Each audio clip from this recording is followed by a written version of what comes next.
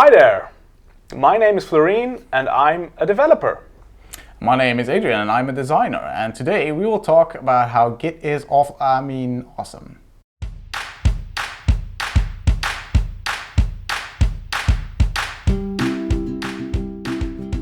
You don't like Git. I really don't like Git. In the sense that I love working with Git, but there are things about Git that I absolutely hate.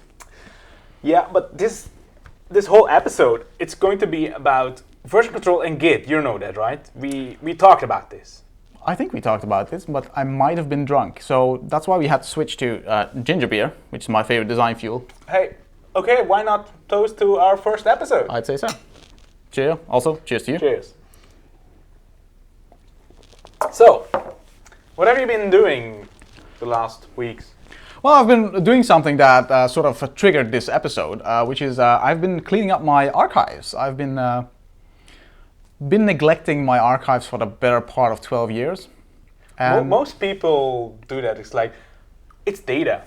I just buy another external hard drive. They treat their archives the same way I treat the space under my bed, which is... Okay. And nobody will see what happens under there, so it's cool. Okay. The problem is that after a while it accumulates and your bed starts to rise a bit.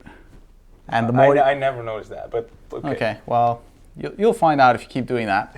And the same thing happened to my archives because it was just not feasible anymore to keep backing up to more external drives. It didn't really scale all that well. And I thought, why would I want to keep something that's like 12 years old? Nope. The client doesn't even have the same website anymore. Why would I keep 15,000 versions of this design that I don't understand why I made in the first place? Oh, well, I know why I made it, but I don't know what the different changes are anyway. Did you encounter a lot of version 25 definite, communicated with client, includes latest Underscore changes? def, underscore final, really final, version A. Some. Mostly the older the archive got, so the older the projects, the more I would encounter that. But I actually was quite strict in my version control. Okay, so this is also something where you can see how you've grown in your process. A bit. I mean, it's fairly minor to say, okay, let's not append anything to underscore v1, but just have underscore v2 and not call something final or whatever. Don't do that. So yeah, that has been sort of the cause why we wanted to talk about Git today.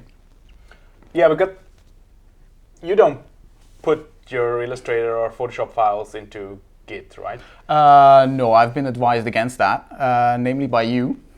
Yeah, well, you know, Git can do binary files, and it does them pretty well, but binary Photoshop and Illustrator files are just quite big. They are massive. I mean, the average design file for me is about 500 megabytes, and that's like an average. I have files that are like 2 gigabytes. Ouch.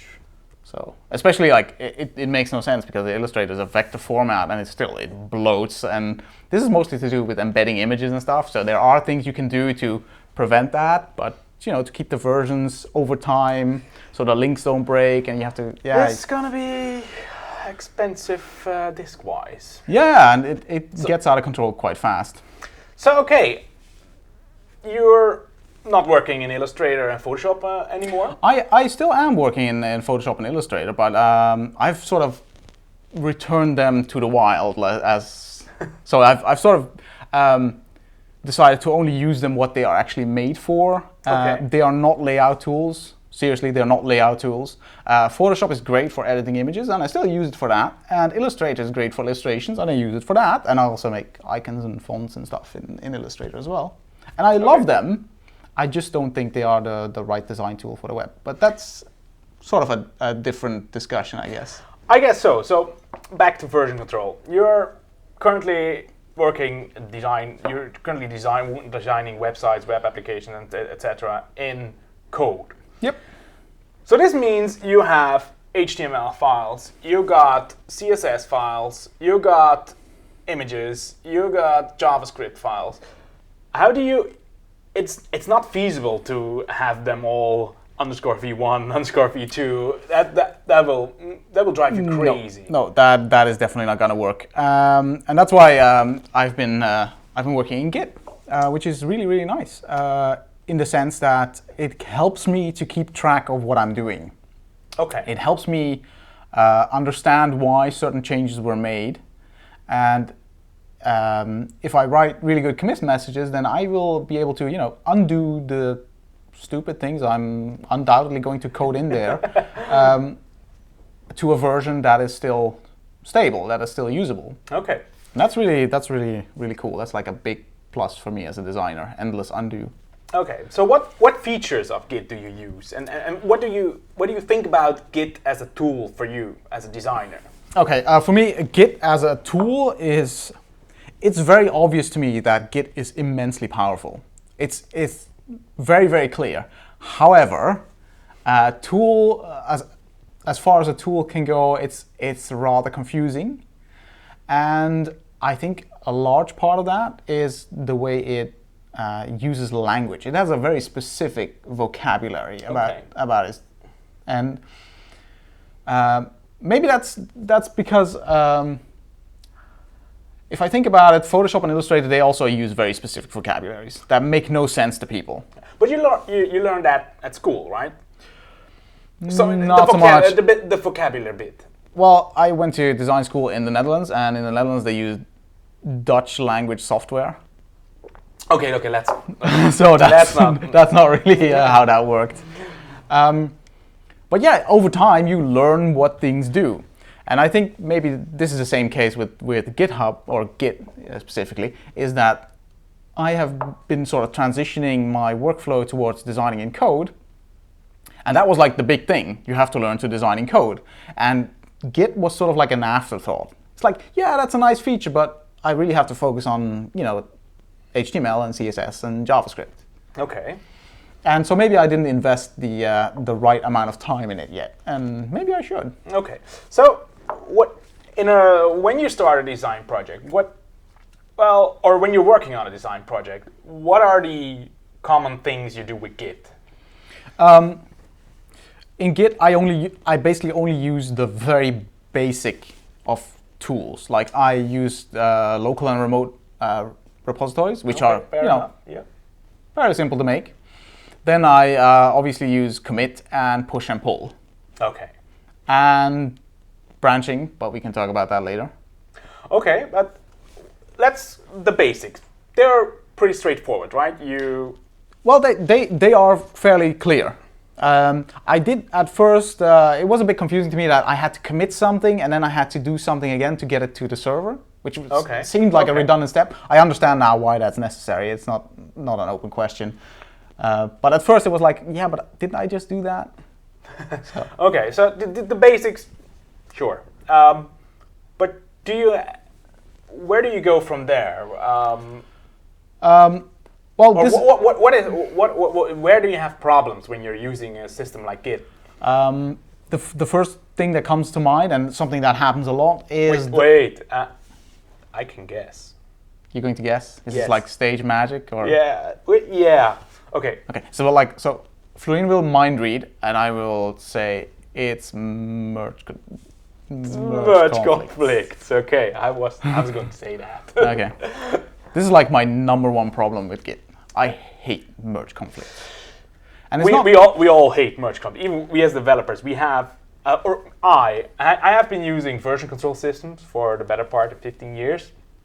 And merge conflicts were never fun in any version control system. And there used to be a time at the office where at 5 o'clock or 5:30, there was a race where you would make your commits and push them to the server before anyone else could push them, because that meant you didn't have to resolve the merge conflict, because that was the problem of the next guy. Okay, so the next guy basically had to stay till 7:30 to figure out what happened. Yeah, sometimes, maybe. Yeah. It's a nice office culture you have there.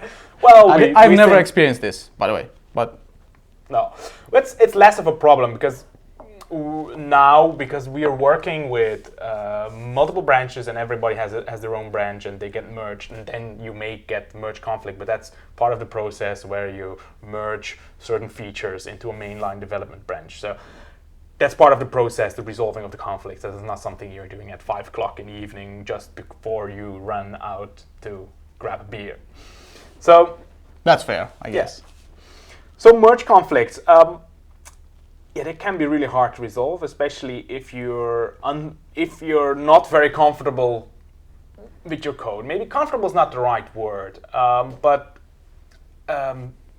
when you don't have the abstraction to know exactly what your code does and how it would look, then resolving such a conflict in pure code is really hard. I get that.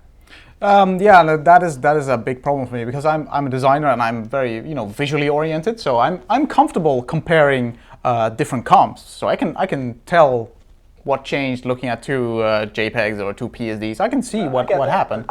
But if I look at code, I understand what the separate things do, and I understand to some extent how they work together. Okay.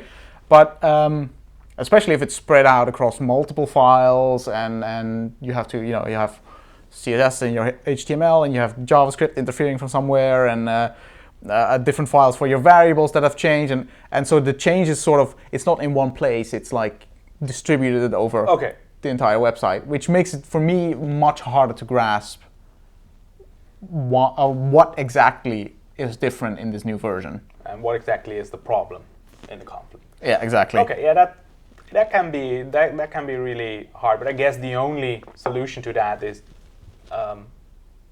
get more comfortable and use your tools, get better at using your tools, get better at understanding code and what it does. So I don't think there's a magic bullet for that. But I think there's an experience thing. You have to learn it. Yeah, you have to learn by doing it, and I guess that's the only way you can get proficient in your tooling and the thing you do. Yeah. So for us as developers, we really love working with you since you have been doing the whole designing and code thing, because feeling is mutual. Okay, that's quite good to know. We kind of love to see why you change something, because I think that's the power of Git, is you can not only have different version or have a version history, you can also know in each version why something changed and why something maybe changed back. Yeah, that is definitely the case.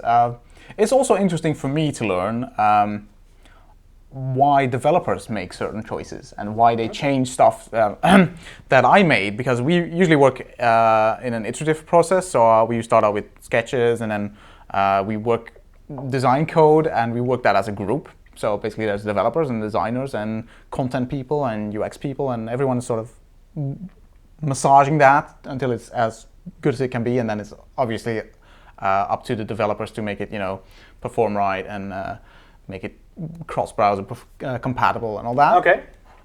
But in this process, there's usually stuff that the developer will change something that I made or someone else made, and they can explain to me why their solution is the right solution for this particular problem, which in turn helps me to understand that when I have a next project and I have to use a certain solution that is similar, I can immediately go to the right solution there, and I can sort of I guess, save you a trip, basically.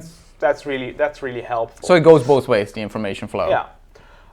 So we have talked about Git, and that there are quite obvious parts and there are really hard parts, and that the language is a problem. Or the vocabulary that Git uses is not always as intuitive as it could be. So I wonder, would a kind of simpler version of Git, like a Git for designer of Git dig something, would that help? You mean Git for dummies, or? Yeah, well, that's more of a book, but but I mean it's a dumbed down version of Git. Basically, yes.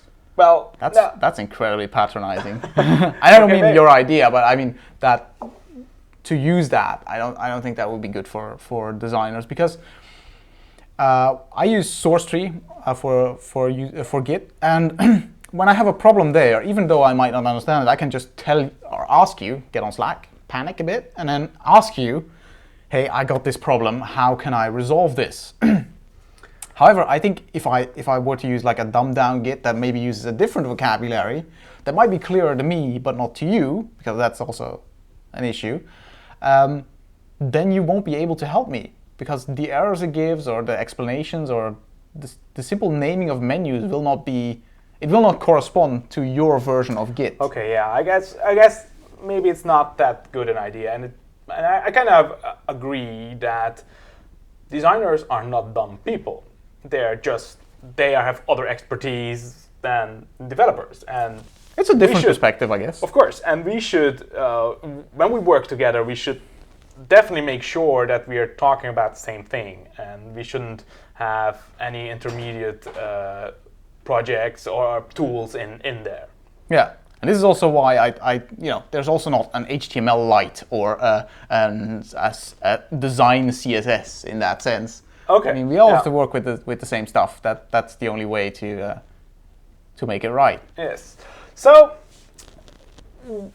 how did you learn Git? You said, of course, we have. Of course, you have this big red telephone where you can, which is hardwired to my mobile phone, so you can call me whenever you got a merge conflict, or pooling doesn't work, or you accidentally committed that 200 megabyte file. That hasn't happened in a while, but the big red phone, I mean, the buttons are almost worn out on that thing, and I've only had it for like 2 weeks. Okay. So time to get you a new one then. Maybe. I do ask a lot of questions in your direction, and also your kind employees who always help me out when I break something, which is apparently sort of a designer thing to break things that developers take great care not to break. So that really helps. But in the end, I would really rather understand why something worked or didn't work, or why an error occurred on my own, so I can resolve and possibly avoid the same problem in the future. So I've been looking to various resources. I like First Aid Git. Okay, I didn't know about that one. What's it? It's a bit it's a bit of a hipster tool. It's like a flat designed website where you can basically type, sort of like caniuse.com.